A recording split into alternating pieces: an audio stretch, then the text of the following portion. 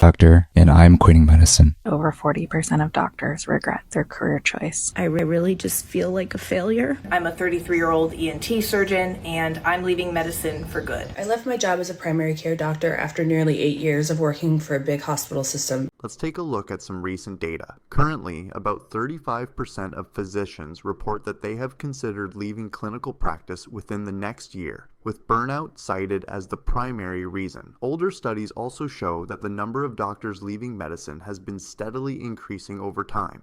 At the same time, career satisfaction has dropped sharply. Only 57.1% of physicians say they would choose medicine again if given the choice. That means roughly 40% are either uncertain or would not re-enter the field. Why does this matter? For several reasons. As more physicians leave practice, fewer doctors are available, particularly in rural and underserved communities, resulting in reduced access to care. This places even greater strain on an already fragile healthcare system that is facing numerous ongoing challenges.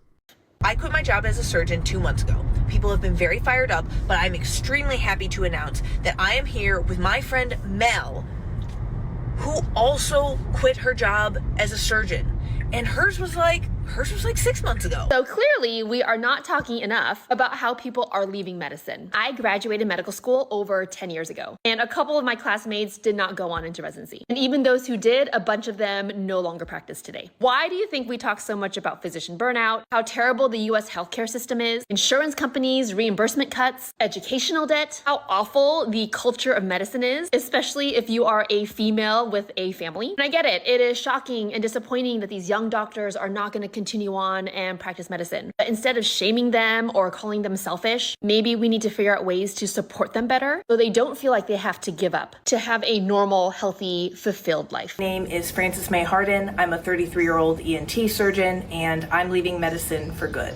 No one would ever become a doctor with the intention of leaving medicine. We even see this modeled for us where surgeons operate well into their 70s, and even then somebody has to pry the scalpel from their hands. But for me, over the past 10 years in training and in practice, the disillusionment with medicine has been too great for me to stay. All of us know what it's like to be in the wrong situation, the wrong job, the wrong relationship, and so many of us stay really a lot longer than we know we ever should have. Because it's hard, it's scary. And I had an inkling that this was not right for me when I was a junior ENT resident. But the thing is that back then, I was not brave or creative enough to leave. So I just kept my head down and I finished training and went on to become an attending. The thing about becoming a doctor is that by the time that you realize it might not be the right fit for you, you've already put several years, so much time and effort and sacrifice into the career. It's very hard to leave. I'm making this announcement for every person who's ever felt guilty for even for a moment questioning or doubting their profession. And I'm excited to announce that I've changed. I'm brave and creative enough, and so I'm leaving. Not to be like dramatic or anything, but when I decided that I wanted to be a doctor, I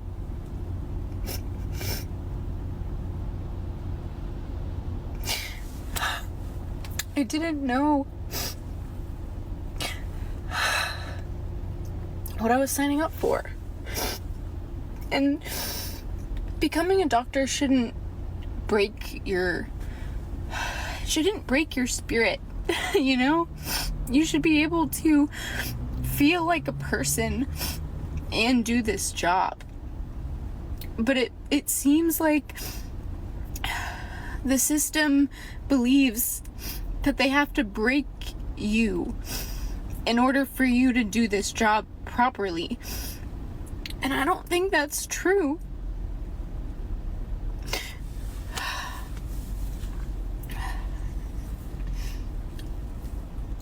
And I know that I'm privileged to be here and thankful to be here. And maybe eventually it will feel worth it.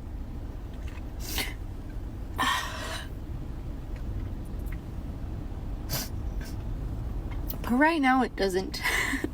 And when I was in undergrad and I was pre-med and I was applying to medical school, so many doctors told me don't become a doctor.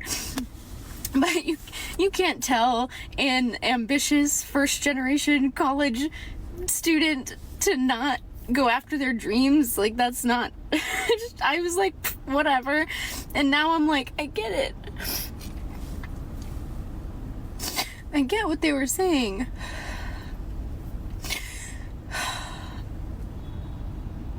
To 8 years of being a doctor, and this being the 4th time I've tried to quit, I've given myself until the end of the year to either find my joy in medicine again or finally leave. And each time I try to find my joy, I also realise what I and other doctors have lost in the process. I started posting about the reality of being a GP, the risk management, sleepless nights thinking about the decisions I made for my patients, and I found it so difficult to balance my life outside of medicine. And at that time, I didn't really see anyone else talking about it online, so I decided to post my feelings, hoping that someone else felt this way too. And whilst it resonated with so many people, it also really showed me what the public thought of us doctors. I've had comments saying that we don't actually see any patients, we should be working for free, that we are useless, and saying that we knew what we were getting ourselves into, so I should stop complaining. I've been called pathetic, I've been sworn at, and I've had racist comments left on my page, but I've also had comments just like this said to me in person during my clinic. And I like to think over the years I've developed a pretty thick skin, but I worry for those who are wanting to become doctors or those who are already doing it,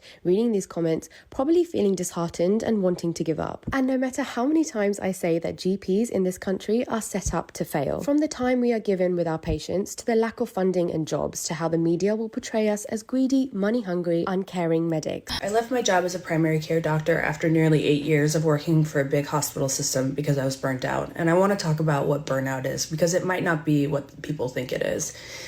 There is an idea that it is just exhaustion, that we're just so tired and we just need a break, we need a vacation, we need a class on resiliency or a wellness workshop, some mindfulness. But to me, that's not what this is. Burnout at its core is a systematic, slow erosion of the person that you thought you were going to be. And that's both professionally and personally. You are always feeling inadequate. When I open my computer at the beginning of the day, I am met with a sea of red where the system tells me of all my failings. I'm not meeting this quality metric. I didn't double check this blood pressure. And no, even though I know that these metrics don't necessarily equate to actually taking better care of the patients, there is something very psychologically demoralizing about feeling like you're never good enough. You're never going to meet these standards. They are set forth to be impossible, so nobody meets them. And to constantly be having meetings where your scores, your metrics are put up on a big screen where you're compared to other providers and being told that you're failing. And it doesn't matter how hard you work, how much schooling you have, and in my opinion, how good of a doctor you are, because someone that maybe doesn't care as much as you do, spends less time with patients, but clicks all the right buttons, has better scores. But also in the same breath, in that meeting, we're being told that we have access issues and we need to decrease patient appointment times and increase your panel sizes. And when you ask, well, what more resources do we get? Oh, you don't get more resources. We're just going to ask the people that are still here to do more. And so nobody stays, everybody leaves. And you feel like you're drowning in quicksand. And there's all these people that are watching you and you're saying, please help me, please throw me a branch, a rope, something. And nobody helps. They have the branches and the ropes and the ability to save you, but they just watch. And so you have to decide, am I going to drown and just let this happen? Or do I fight like hell to get out? And this is me getting out. And this is just one of the aspects of burnout. There are more, and I want to talk about those, but this video is already long enough, so I'm going to stop it here. A study recently came out that said over 40% of doctors regret their career choice. So I get asked a lot, do I? I don't know. I'm 31, no kids, no spouse, freezing my eggs. The hospital is basically a second home. I owe the government $200,000. You often do your best, and your best is still not enough. There are a lot of enemies in medicine, hospital CEOs, insurance companies, a mistrust in the medical system by many, which is often understandable. I don't know. I feel fulfilled almost every day. When we are able to help someone, it is the best feeling in the world. I love my coworkers who have become my second family in my second home. I've still been able to accomplish many non-medical goals, like climb Mount Kilimanjaro this past summer, and I hope to hit 40 countries traveled to this spring. I don't know. I'm 31. I've done 4 years of undergrad, 4 years of medical school, 1 master's degree. I'm on year 5 of 7 of my general surgery residency, still staring down a 2-year fellowship. I won't fully be in my job to give an adequate answer until I'm 37. So I don't know, but I hope not. A day in the life of a doctor who's quitting his job. We typically start the day off with a team-wide meeting. I think that's what a lot of people don't realize, is that medicine is actually a desk job. Probably around 75% of the work we do is in front of the computer, or paperwork, or meetings. I'm not sure if that is part of the reason I felt so burnt out and tired, but it's no question that my professional and personal goals have been misaligned for a long time. I can see why so many within the field are quitting. Things might not have turned out the way they wanted to. It's a lot of the same reason the teachers were crashing out in previous video. This is absolutely a real crisis, not speculation.